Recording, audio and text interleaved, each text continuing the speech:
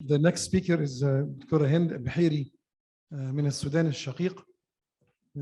طبعا احنا قلوبنا كلها مع السودان دلوقتي، وبندعو لهم ربنا سبحانه وتعالى ينزل عليهم السكينة والسلام ويحفظ الناس وعلى كل الدول الحقيقة كمان العربية بالذات. ربنا سبحانه وتعالى كده ينزل علينا السكينة والسلام إن شاء الله. دكتورة هند اتفضلي، مشكورا إن هي تدي المحاضرة. I think she was living here in Egypt الفترة دي، كانت في السعودية. طيب دكتورة هند اتفضل.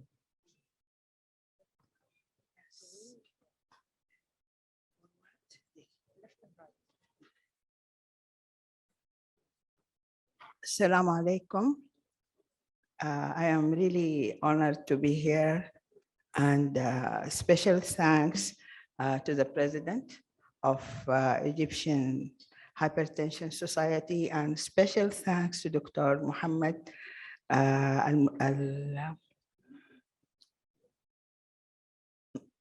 help me please. Dr. Muhammad, thank you very much. Here today, I would like to highlight some of the best publications of the Sudanese Society of Hypertension.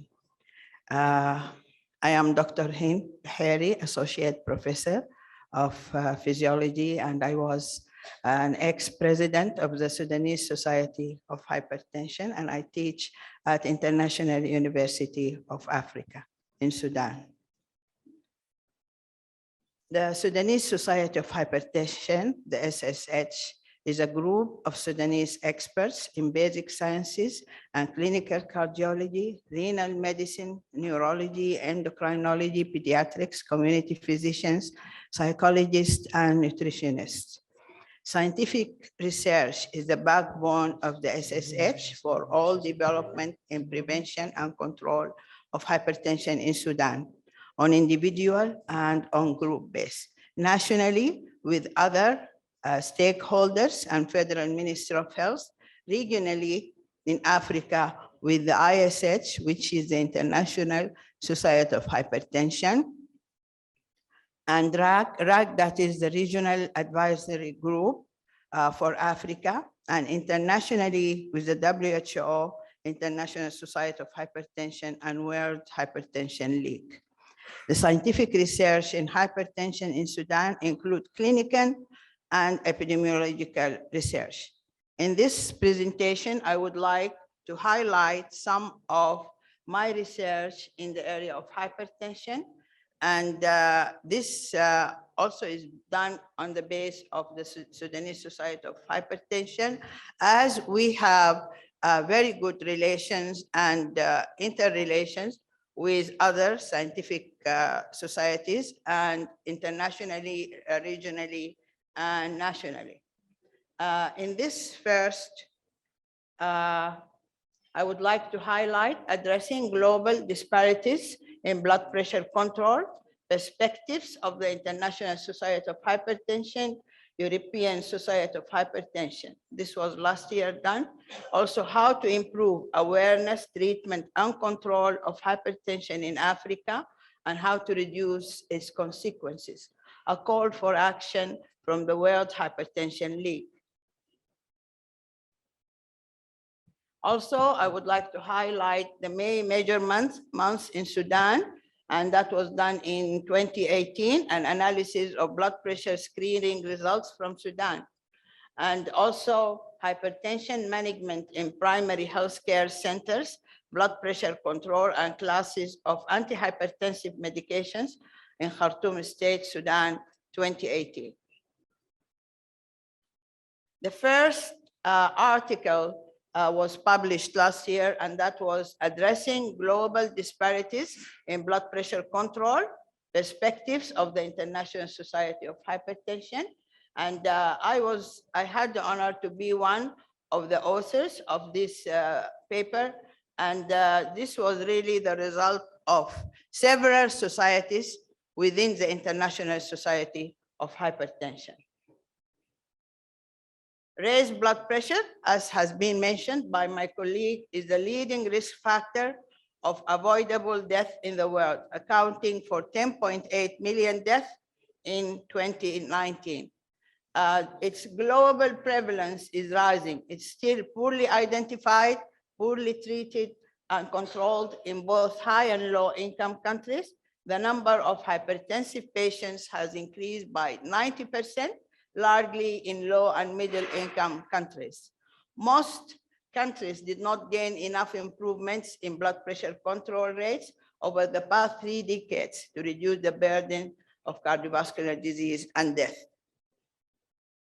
Worldwide, major inequalities and differences which cause uneven hypertension-related outcomes are due to different in resources, socio-demographic, environment, and race.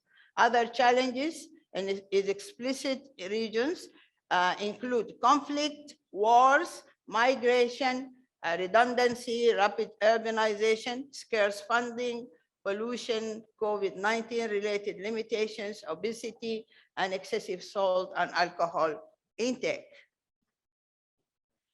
This diagram shows us how are the change in absolute blood pressure control rates from 1990 to 2019. And as you can see, all the countries are included, and with the different rates of from 1990 in the control rates up to 2019. Some countries are improving, others are not.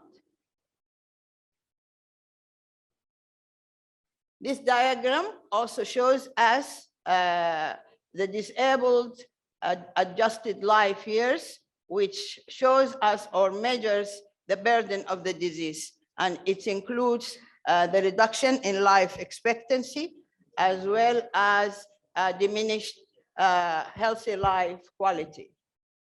The best results are shown in the high income countries, but most of the burden is shown in the middle, upper and lower, and in the lower income countries. This also shows the result of the MMM done by the International Society of Hypertension, and we in Sudan were participating in this project for screening, and the aim of which is to improve the awareness of the population about measuring their blood pressure.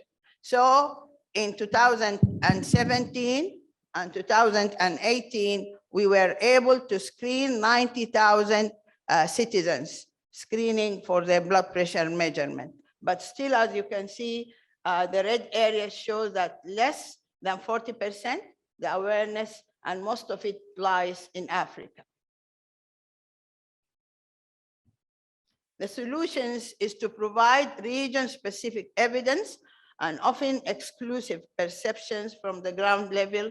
All aspects are described in the article, including the measurement techniques, the guidelines, the medications, etc. Immediate action is needed for global hypertension control. Proposals, a global hypertension care task force should be established with multiple stakeholders and societies. An action should be recognition and operation of tasks to reduce differences and inequalities in social, commercial, and environmental factors, and establishment of strong health systems with best healthcare quality. These were the proposed solutions put by the article, and it was all agreed upon by the societies inside the ISH.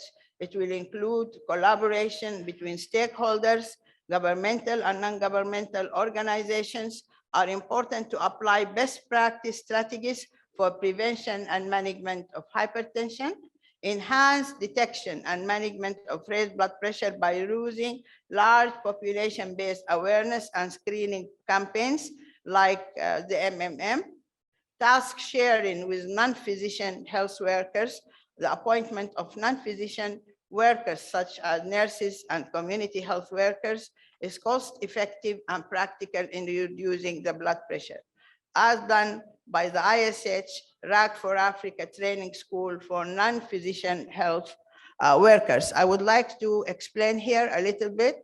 This program had started last year, and Sudan was among the co-founders of this program.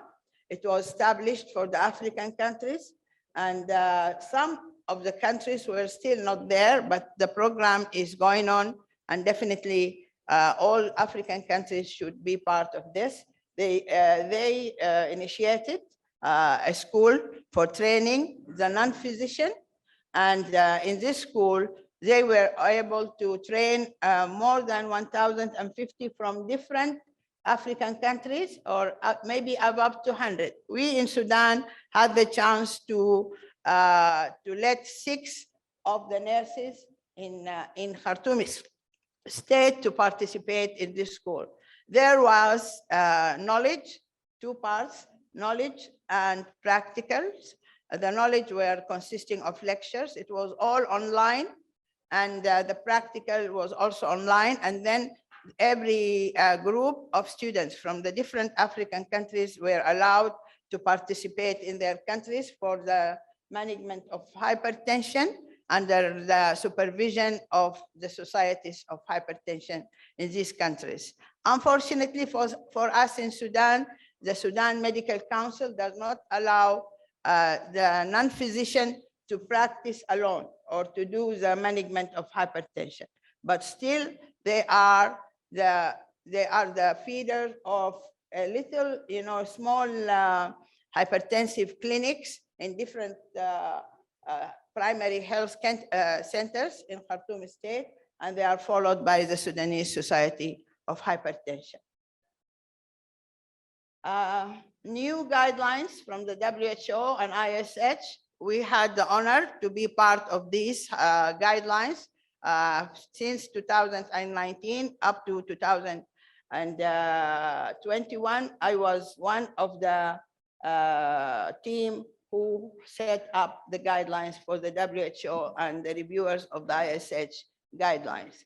So also new lifestyle and population-based salt reduction, including potassium salt substitutes, should be done, and use of single pill combinations and frequent refills.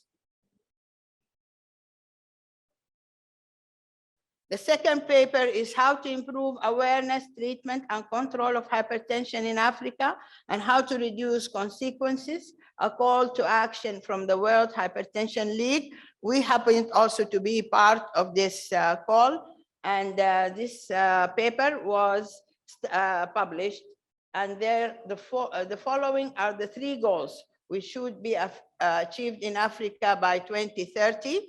80% of adults with high blood pressure in Africa are diagnosed. 80% of the diagnosed hypertensive, that is 64% of all hypertensive, should be treated, and 80% of the treated hypertensive patients should be controlled. To achieve these aims, we call on individuals, organizations from government, private sector, healthcare, and civil society in Africa, and indeed on all Africans, to undertake a few specific high priority actions. The aim is to improve the detection, diagnosis, and management and control of hypertension. Another paper, it was done in Sudan in 2018. It was the MMM 2018, but the publication was on 2020. And as you can see, it was all done by Sudanese authors in the society. The objective of this study was to raise awareness of high blood pressure levels and associated risk factors among the Sudanese population. This was a cross-sectional study, was conducted in 6 Sudanese states during the period May to August 2018. The study area included public, indoor, and outdoor areas, institutes, service facilities. A questionnaire for collecting the data was employed, including demographic data, along with 3 consecutive blood pressure measurements. The data were collected, and even there, it was conducted like awareness session for the people who were screened. Most of them, that was the first time they have their blood pressure measured. We have 1 minute to go, Dr. Hend. Okay, last one. Here is also another research done by Sudanese Society of Hypertension, hypertension management in primary healthcare centers, blood pressure control, and classes of antihypertensive medication in Khartoum State 2018. The conclusion is that the main failure of control is due to the use of monotherapy, presence of comorbidities, and medication non-adherence, which is related to patient ignorance, financial constraints, and dislike of using many drugs. Thank you very much. Thank you, Dr. Hend, for showing us, giving us a good idea about what's going on in our neighbor. We are all in one country, and still we, إن شاء الله برضه نعمل دعاء لكم ربنا ييسر أمور ويحل السلام مرة أخرى نستطيع نتعاون بإذن الله في هذا المجال. I think we shift Dr. عاصم. استاذن حضرتك سؤال صغير. مفيش. اتفضل يا فندم. شكرا دكتور.